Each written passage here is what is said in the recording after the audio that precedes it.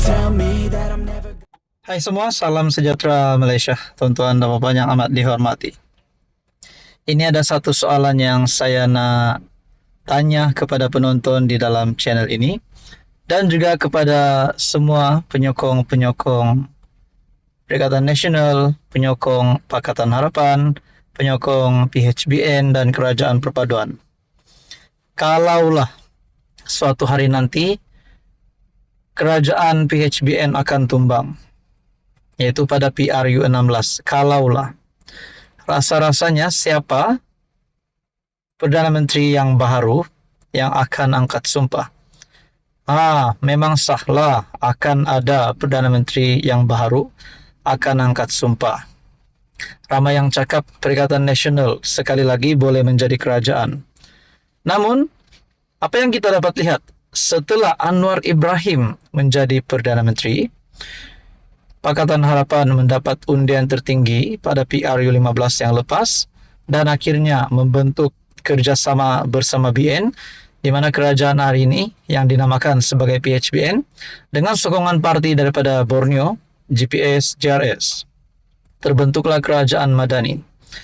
Adakah kerajaan PHBN bakal tumbang pada PRU 16? Nah, itu menjadi persoalannya. Memang sah, memang betul akan ada PM baru angkat sumpah.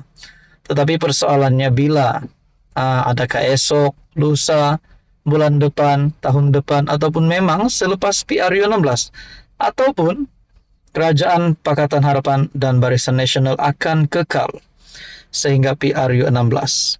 Nah, persoalannya saudara-saudara, adakah PN sudah menetapkan calon?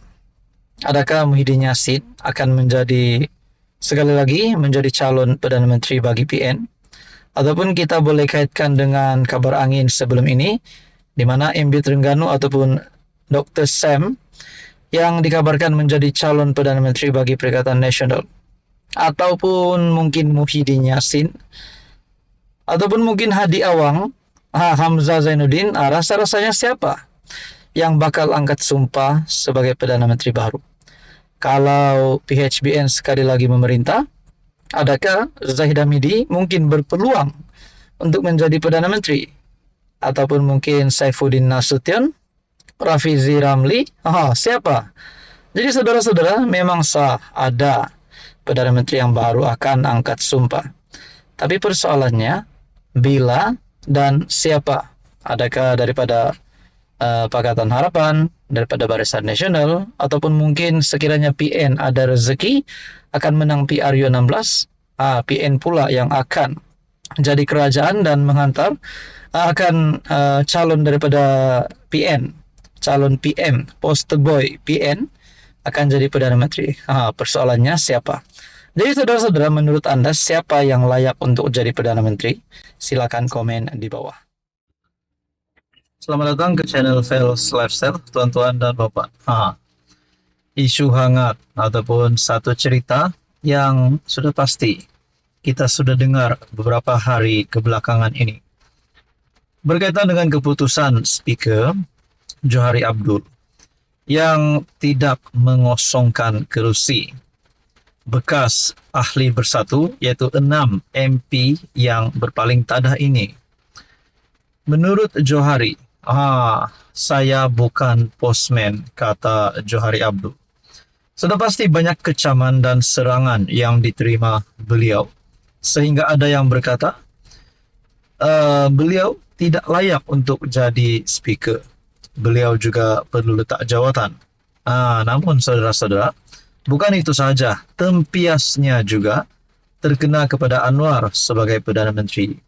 Ada yang kata, apa dah jadi dengan kerajaan Madani? Nah, saudara-saudara yang amat dihormati, berkaitan dengan ini, sudut positifnya, Anwar Ibrahim otomatik telah mendapat sokongan 2/3, termasuk 6 ahli parlimen daripada bersatu sebelum ini yang berpaling tadah, yang menyokong isytihar sokong Anwar Ibrahim. Nah, menurut Johari, saya bukan postman.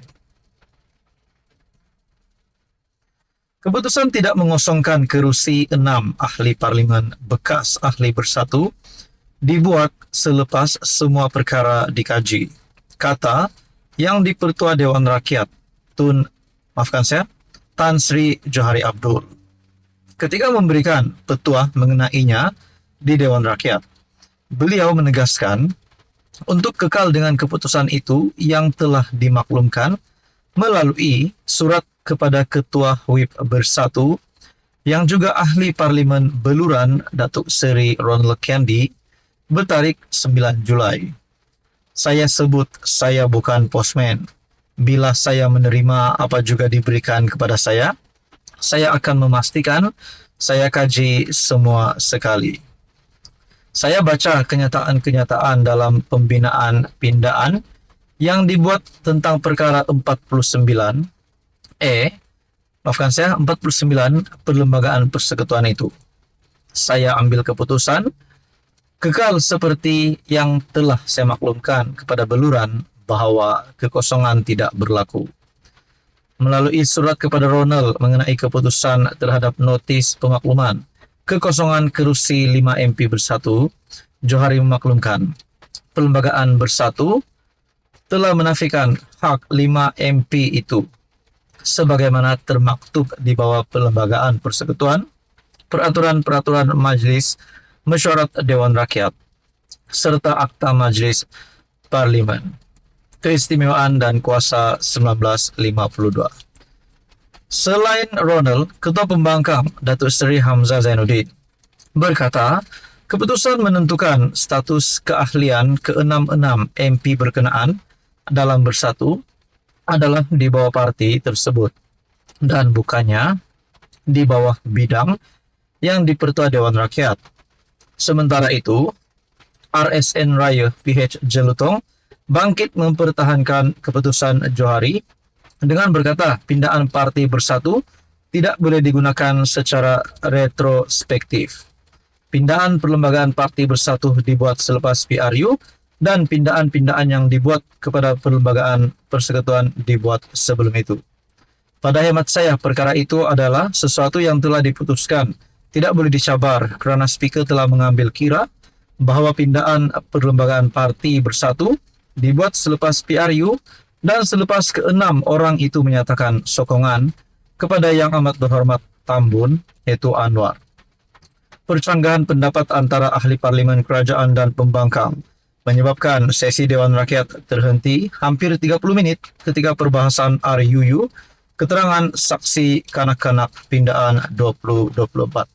Adakah perkara ini membawa kepada kemarahan Muhyiddin Yassin dan Ketua Pembangkang sehingga terjadi sesuatu di Dewan yang perkara yang tidak diingini?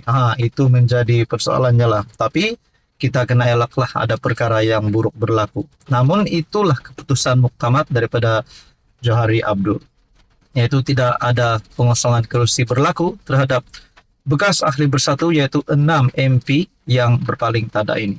Apa komen anda, tuan-tuan dan puan?